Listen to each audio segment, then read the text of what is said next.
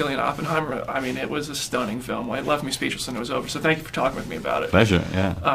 One thing I found particularly interesting in this film, and what it must have been like for you, was developing the relationship with your character Oppenheimer and Robert Downey Jr. Strauss. Because you have scenes together, but also you have scenes apart that build tension in the film and build the stakes of the film. What was it like to develop the dynamic between Oppenheimer and Strauss when most of that was in scenes where you were separate?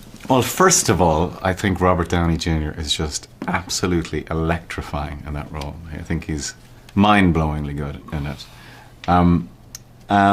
We talked a lot, me and Robert and Chris, about it, about this sort of dynamic between that relationship, because it's really, really interesting and complex.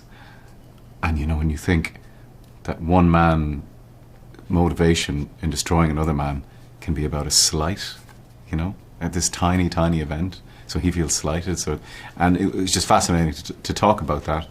And then the scenes where we did get to work together, it was just the best. I mean, he's the most wonderful scene partner, and so generous, so focused, but you kind of never know what you're going to get in a brilliant way. And some of those scenes, Chris let us loose a little bit so we could actually extemporize and improvise a little bit. And they were some of my favorite scenes in the movie. Yeah. Those ensemble scenes were incredible. You guys are great. Yeah. I mean, the relationships between your characters are great, but your character also has a major relationship that drives the film with this Manhattan Project, with this atom bomb. And I mean, that's obviously the central crux for you, for Oppenheimer. Can you talk about keeping that present the entire time and how that evolved? As I imagine you shot this out of order, different scenes at different times. What was it like to maintain kind of the drive that Oppenheimer has in his relationship to developing this, and what happens after it's developed? Well, yeah, because plotting that was very kind of interesting, because it's so complicated. It's not straightforward. It's not linear. It's really not black and white. You know, the rush to make the bomb because they're in the race with the Nazis, that's very clear. Well, then when the Germany surrender, then it becomes very kind of opaque, and then obviously kind of plotting his kind of moral journey, which was quite complicated as well. So I lent on Chris an awful lot. You know, the script comes from Chris's head. He knows each frame. He knows every single scene. So we just talked about it, and obviously I would do an awful lot of work, and then we would just plot it. And you're right, it's tricky shooting it out of sequence, but it's just a lot of communication, really.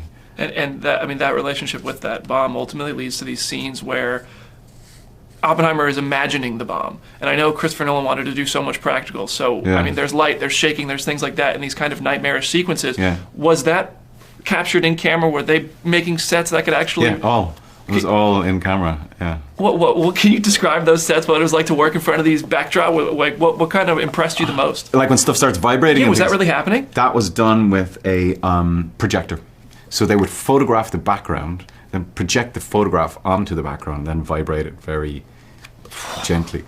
So it was amazing. But that's always been my experience working with Chris, is that it's always been practical. So I've never done a green screen, obviously, with Chris, and so every movie I've been in the environment. I remember being up on top of a mountain in Inception in the middle of a snowstorm. We were doing the skiing scenes, and it's all for real. So you get a better, truer performance from your actors. That's unbelievable. And my last question for you. I mean, I knew Oppenheimer as this man who created this weapon. I knew the bare bones of his story. And this movie I found very enlightening. And I went online and I researched more, and I found it very interesting. What was the most interesting thing you learned about this man in becoming him yourself? Oh my goodness, there's so many. I don't think I can kind of pin down one particular thing. I hope the film does to people what it's done to you, is to provoke and to get people interested and to start thinking about, like, the world we live in now was changed in 1945, and we're still living in this nuclear age because of that, and we all should be conscious of it and aware of it, I think. Emily, Matt, I thought Oppenheimer was tremendous. I mean, a stunning film, and you both were incredible in it, so thank you for talking with me about it. Of course.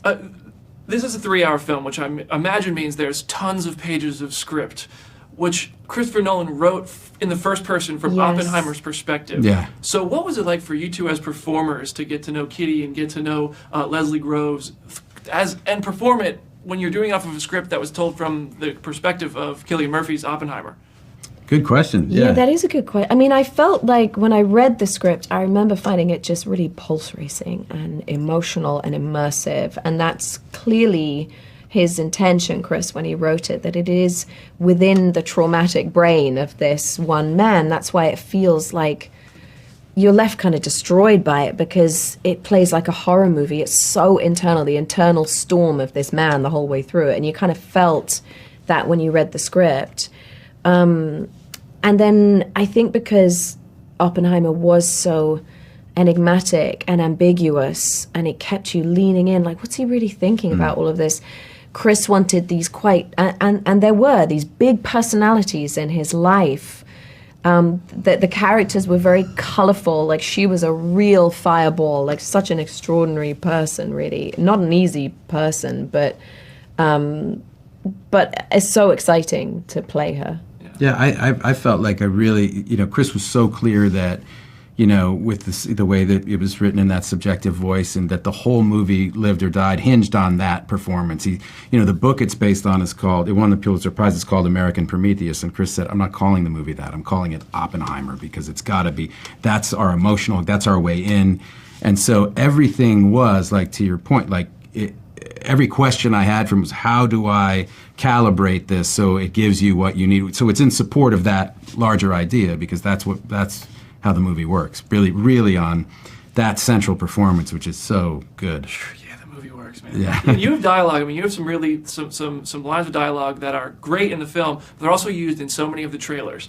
So I'm curious, when you're on set, can you kind of tell, like, this is the line that kind of I remember Chris saying that to me. I remember Chris going, I mean, Damon's going to be thrilled. He's got so many trailer lines. Is that what he said? He did. So do you feel He did. He knew it. I don't. Because Damon's got all the trailer lines. I'm just playing the scene, like a line like, this is the most important thing to happen in the history of the world. Like, it's just true, right? It's like, so you just play the authenticity of that line, and the script did a really good job of kind of teasing out that tension that was there, just because the military had this need to kind of compartmentalize everything, and desperate need for secrecy, because it was life and death, a species level, annihilation potentially. Like, there's nothing more consequential than that. And yet the scientists are like, to get to the truth, we have to share information. And it's like, how can those two philosophies coexist, right?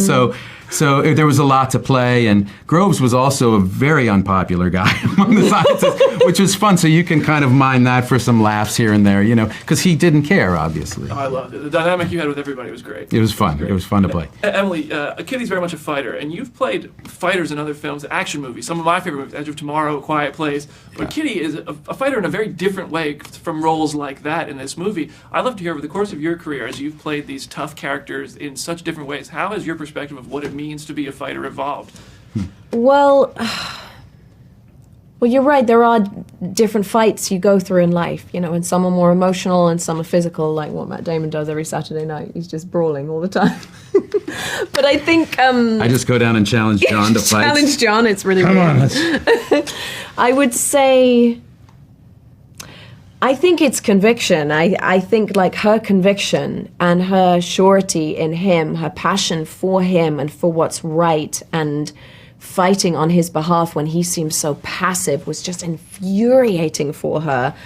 And there was a ferocity to the character. That's just who she is. It was in her DNA. That's just, people are who they are. But also fighting within the context of her life and the time she lived in. Yeah, and the time she lived in, which was challenging for someone like her, who was really meant for more than just being strapped to an ironing board in isolated Los Alamos. I mean, she deteriorated in support of fostering him.